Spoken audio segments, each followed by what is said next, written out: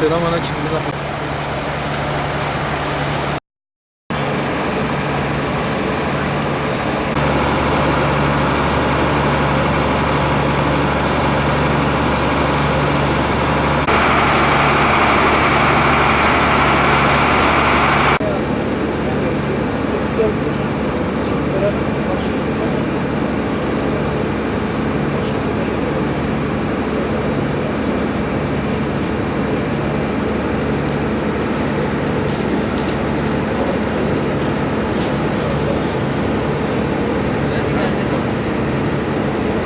Gözüküyor mu? Arkadaşlar falan vermeyin. Falan bekletmeyin. Tamam abi tamam. Hadi. Hadi.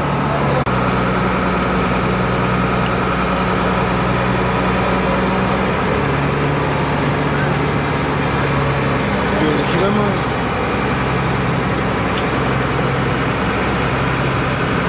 Kaldırmıyor.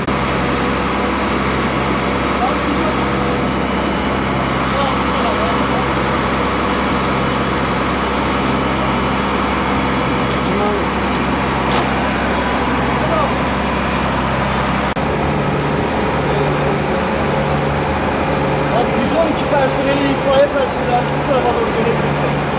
Başkan asker. Arkadaşlar, yani bir saniye.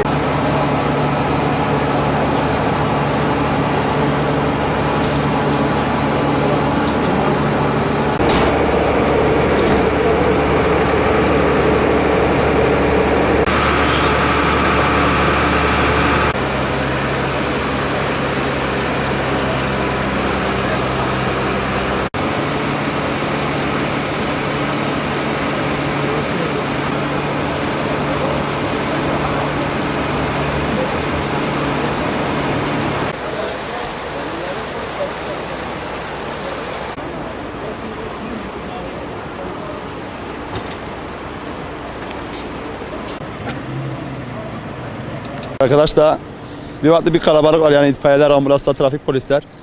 Yani hemen geldik, burada 3 kişi vardı herhalde. 2 kişi burada yatıyordu, bir kişi de şuradaydı. Bir kişinin durumu ağırdı yani.